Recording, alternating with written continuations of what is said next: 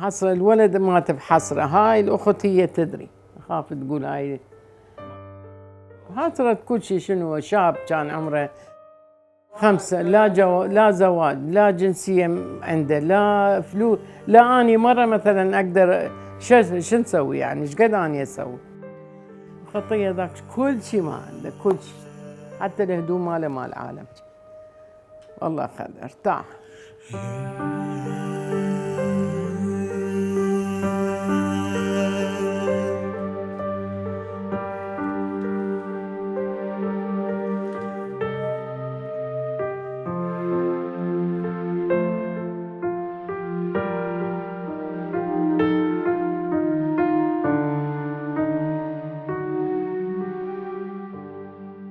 من أني تزوجت يعني ب 16 سنة ضابط اسمه رياض ياسين مجيد الطائي، ضابط بالتحريات تحقيق الأدلة الجنائية.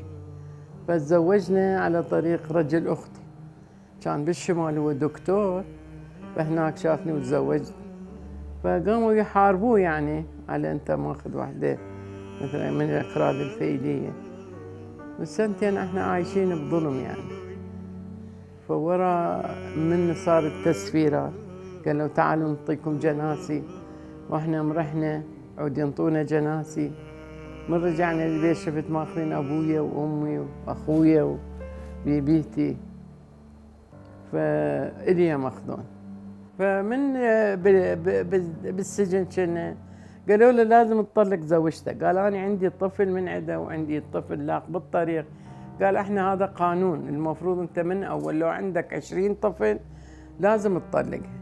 فجبروه انه يعني دزونا للمحكمة، فقال لازم هاي تتطلق حتى هي تعتبر واحدة من الأكراد الفيلية وهو عراقي ما علينا منه. فعلى اسناد يعني من رحنا والطلاق صارت. فأخذت الولد، ما قبلوا ينطوني الولد، بس هو تنازل بالمحكمة على الولد. قال أني أنطي الولد إلها لأنه جاهل بعد 1.5 سنة. هو قال لي أخذي الولد لأنه أنا أدري إذا ما يعني تاخذين ولد يعني يأذوه.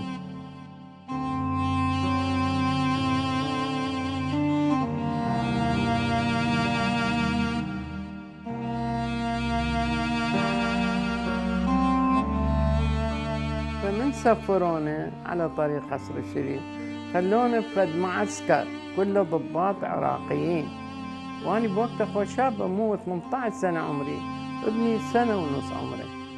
فقلت له شلون احنا على أي طريق راح تاخذونا؟ قال أنت هاليوم تباتين يمنا. قلت له على أي أساس أبات أنا يعني؟ قال لازم تباتين يمنا.